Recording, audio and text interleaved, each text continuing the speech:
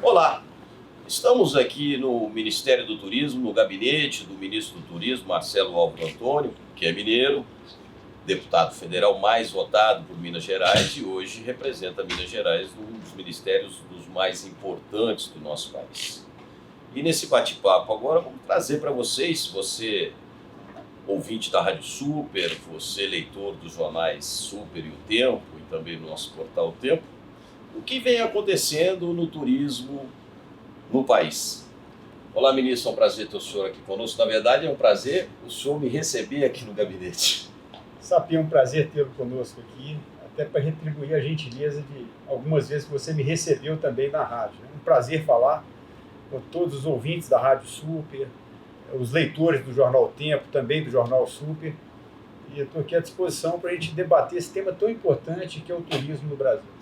Ministro, o mundo todo sabe que a indústria mais limpa é o turismo. E o Brasil tem uma diversidade enorme em relação a tudo isso e sempre foi pouco explorado, podemos dizer assim. E a gente percebeu no primeiro ano, o senhor à frente do Ministério, que houve um aumento de visitantes no país com questões simples, como retirar a exigência de vistos para países como Japão, Estados Unidos, Canadá, Austrália e outros que virão por aí também. O senhor acredita que o Brasil pode passar a ser, amanhã ou depois, uma meca do turismo mundial? Não tenho dúvida nenhuma, Sapi. É um processo que não é muito rápido, é um processo lento, mas que a gente já tem alcançado alguns resultados importantes. Quando a gente olha para o potencial do turismo no Brasil, ninguém duvida que o Brasil é um dos países que tem os melhores locais de turismo do mundo. Só que quando nós vamos para os números, nós percebemos que os números estão muito aquém do que poderia ser. E algumas medidas, como você mesmo disse, simples, mas que já têm produzido um efeito muito importante na atração do turista internacional para o Brasil, como a isenção de vistos. Então, à medida que a gente vai aprofundando o conhecimento na pasta, nós vamos entendendo qual é o caminho a ser tomado, as decisões a serem tomadas, para que a gente consiga realmente colocar o turismo no patamar que ele merece no Brasil. A abertura do capital estrangeiro para as aéreas, o desafio de reduzir o custo do Brasil, de reduzir o custo das viagens para os brasileiros, as viagens domésticas, são pautas que o ano de 2020 agora serão prioritárias aqui. Também a conectividade, tanto a conectividade aérea quanto dos modais de transportes, o aéreo, o rodoviário, o fluvial, o marítimo. Esse também é um grande desafio em um país que é continental, das dimensões do Brasil, para que a gente consiga realmente entregar produtos turísticos com viabilidade não só do turismo nacional, mas também internacional. Quando eu cheguei no Ministério, ali na antessala, eu vi um televisor e passa lá algumas propagandas do Ministério do Turismo e eu vi lá que mais uma aérea estrangeira deve vir para o Brasil, seria para realizar voos dentro do Brasil, se eu não me engano, a Ibéria. Ibéria, exatamente. Esse é o nosso propósito, né? Atrair mais empresas aéreas. A Ibéria já tem esse propósito. Na verdade, a Ibéria ela comprou a Air Europa. A Air Europa já havia sido homologada no Brasil para fazer os voos domésticos, para entrar nessa concorrência. E é isso que vai reduzir o custo, o preço das passagens aéreas, sabia? É a concorrência, é a oferta de assentos. E por isso que o Ministério do Turismo, junto ao Ministério da Infraestrutura, nós temos empenhado muito em trazer novas empresas aéreas. E a gente sabe que onde existe uma maior concorrência, uma maior competitividade, é a lei da oferta e da procura. Se tem mais oferta...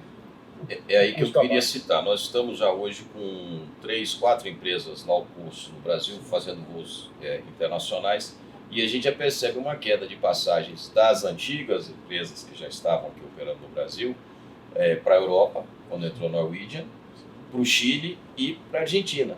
A gente já percebe que caiu bastante esses valores, ao contrário do interno aqui nosso. Exatamente, porque aumenta a concorrência na rota. E as empresas low cost, elas realmente trazem uma redução significativa das passagens aéreas. Nós já temos aí a Flybond, a Sky Airlines, a Norwegian, e uma quarta empresa que é a Sky Airlines, Norwegian, Flybond e Me fugiu o nome aqui da outra empresa. Mas o que importa é que a gente... JetSmart. O que importa é que a gente consiga fazer o mesmo no mercado doméstico.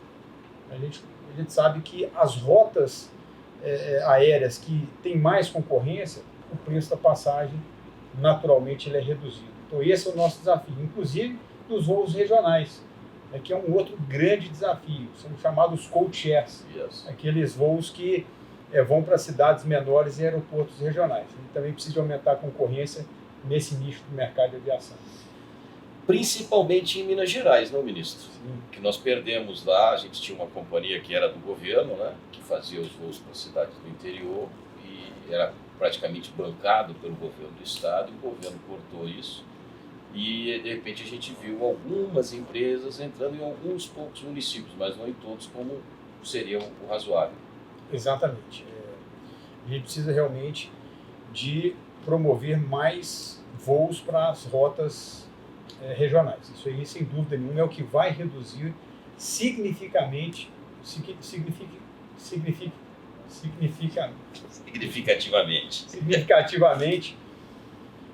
a redução das passagens, isso eu não tenho dúvida, né? Uma passagem aérea hoje de Belo Horizonte, ali de Confins, até Montes Claros, ou até Ipatinga, ou até Governador Valadares, está passando das cifras aí de R$ 1.500. Exatamente. Então, são preços impraticáveis praticamente. À medida que você bota mais uma companhia fazendo as mesmas rotas, eu tenho certeza absoluta que isso cai para menos da metade. Então, não é fácil, é um esforço grande do Ministério do Turismo e também de infraestrutura, mas que a gente está conseguindo aí um bom diálogo com essas empresas e as coisas vão avançando aos poucos. Ministro, e o setor hoteleiro no país? Olha, o setor hoteleiro está vindo aí com um grande crescimento, sobretudo na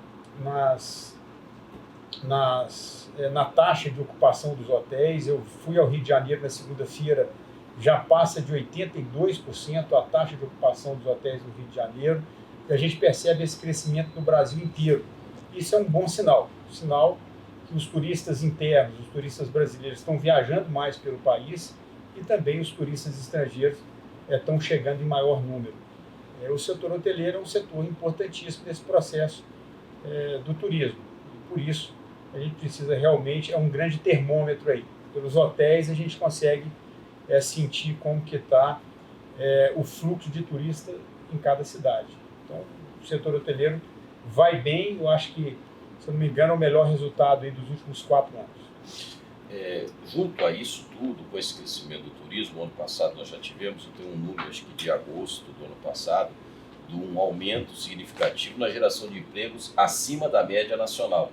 Nós tivemos agora, semana passada, um anúncio que caiu mais ainda o desemprego no país, para 11 milhões aproximadamente, e já lógico, precisaria mais, mas já é um sinal de melhora. Mas o turismo sempre à frente, trazendo essa diferenciação. Esses detalhes, vamos dizer, simples que o senhor colocou no ano passado, para liberar a entrada de mais turistas de outros países aqui, dentro do turismo interno dos brasileiros, vou citar um exemplo para o senhor. Hoje você vai comprar uma passagem aérea de 2 a 12 anos, você tem uma tarifa diferenciada, acima de 12 você já paga como um adulto normal. Nos Estados Unidos, muitas das tarifas acima de 65 anos também têm o mesmo valor da de 2 a 18. Para quê? Para fomentar o turismo do aposentado, daquela pessoa que já trabalhou a vida toda, que pode fazer, e necessariamente ele tem que ser norte-americano, ele não pode ser brasileiro e lá usufruir disso. Existe alguma previsão para alguma mudança nesse tipo de tarifa? Como tivemos há uns anos atrás nos ônibus interestaduais, que você tem lá 1 ou 2 vagas gratuita para as pessoas. Bom, sabia porque você falou do emprego, né? O turismo ele tem esse poder de gerar emprego rápido e de forma barata. Eu faço sempre uma comparação. A Toyota anunciou mais uma linha de montagem no Brasil, um investimento de R$1 bilhão para gerar 300 empregos. O turismo, brincando aqui, fazendo uma conta de padaria, a cada R$20 milhões você gera 300 empregos. Portanto, e de forma barata. Tudo o que faz pelo turismo, a resposta é muito rápida. O hotel contrata, a pousada contrata, o restaurante contrata, a locadora de veículos também contrata, então tem aí pelo menos 53 segmentos da economia que são impactados pelo turismo. Por isso essa atenção especial no turismo no governo do presidente Jair Bolsonaro. Jair Bolsonaro, o presidente, ele deixou muito claro, né, tanto na ocasião da campanha política, a prioridade que ele daria em seu governo para o turismo. Ele falou por 3 ou 4 vezes. E agora não tem sido diferente. O presidente ele tem essa clareza que o turismo é um dos principais ativos econômicos do nosso Brasil, quem sabe aí ao lado do agronegócio, né? E a questão que você citou também do idoso. Do idoso. Inclusive até também, não só do idoso, mas também dos militares, né? Sim. Nos Estados Unidos tem também os militares que foram lá, a guerra, no caso, aqui nós temos isso, graças a Deus, também tem esse desconto. Exatamente. A gente precisa realmente fazer um estudo, né, de impacto econômico nas companhias aéreas para sentir essa possibilidade, sabe? O Brasil ele tem algumas particularidades que a gente precisa de entender isso com clareza.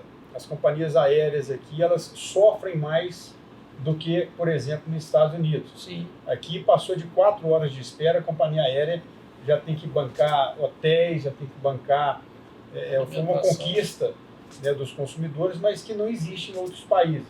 Então elas já têm uma sobrecarga aqui no Brasil, e isso inclusive dificulta um pouco trazer as aéreas para o Brasil, as aéreas internacionais. Mas a causa é muito boa, os idosos realmente chegam nessa fase de vida que a gente precisa de facilitar o turismo para eles. Então a gente pode realmente iniciar esse debate junto às companhias aéreas para saber dessa possibilidade. A pasta do senhor, no final do ano passado, recebeu a Secretaria de Cultura. E, à época, o senhor soltou uma nota dizendo que já trabalhavam em conjunto as pastas, a cultura, ou até mesmo o turismo da cultura, né, que é muito grande no país também.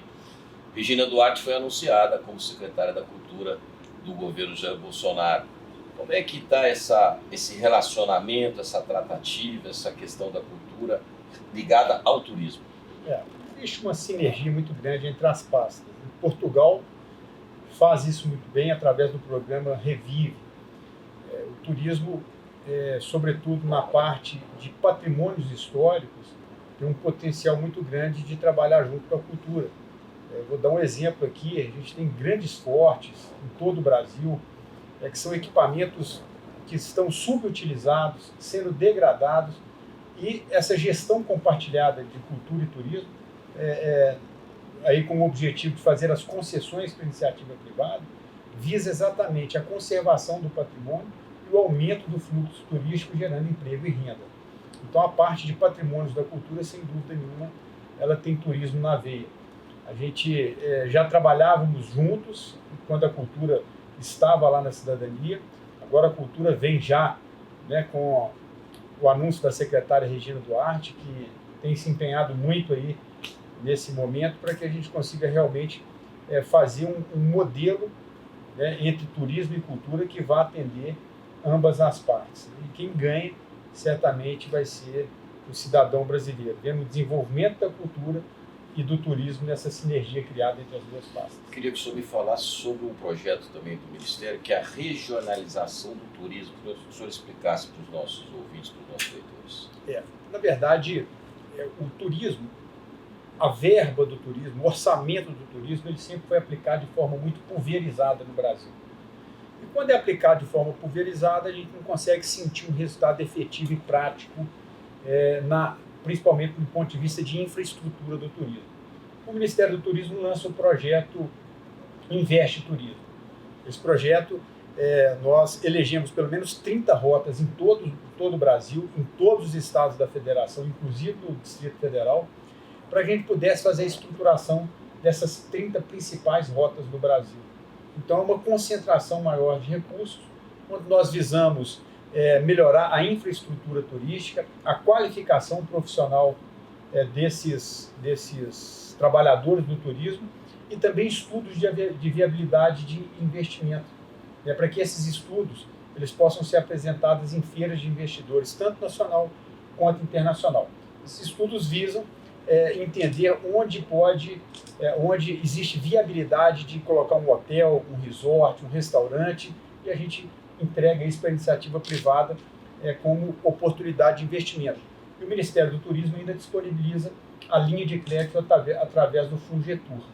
Então, na verdade, a intenção do Ministério do Turismo foi concentrar recursos nas principais rotas do Brasil para a gente consiga estruturar e levar capacitação profissional para esses trabalhadores. Aí vem aquela história que o senhor disse no início, do fomento do turismo e que é relativamente muito mais barato do que qualquer outra indústria, né? Daquela questão que você falou, com 20 milhões você gera 300 empregos, uma indústria com 1 bilhão. Queria colocar para o senhor um assunto aqui, que é a questão do carnaval. Hoje nós temos os 3 maiores carnavais do Brasil, podemos colocar Rio, Salvador e Belo Horizonte, hoje. São Paulo também, né? E a expectativa do Ministério do Turismo para o carnaval desse ano, e aí, lógico, eu tenho que também fazer um pouquinho advogado do diabo aqui. O coronavírus com isso pode alterar, pode atrapalhar, a previsão está boa, e também a questão das chuvas. Sim, olha, eu citaria aqui 5 dos principais pontos turísticos no carnaval, que é realmente o Rio de Janeiro, Belo Horizonte, São Paulo, Salvador e Recife. Recife, sim, me esqueci de Recife. Tem tido o cuidado de ter uma atenção especial com todos esses pontos, conversado muito, sobretudo, pela segurança turística e também o potencial de geração de emprego e renda nesses 5 principais pontos do Brasil. O que a gente percebe, Sapia, é que existe um aumento, há já uma expectativa de aumento, sobretudo em Belo Horizonte e outros pontos dentro desses 5 eleitos aqui, e isso aí a gente tem visto que precisa ser melhor divulgada a questão principalmente da segurança turística. Não se pode fazer um comparativo com estatísticas de todo o estado para avaliar qual os índices de ocorrência nessas localidades. Então, quando a gente pega esses pontos turísticos, onde existe a concentração de pessoas, que você vai fazer a consulta das estatísticas, os índices de ocorrência são quase zero. Então, é muito seguro participar do carnaval no Brasil, sobretudo nessas 5 localidades.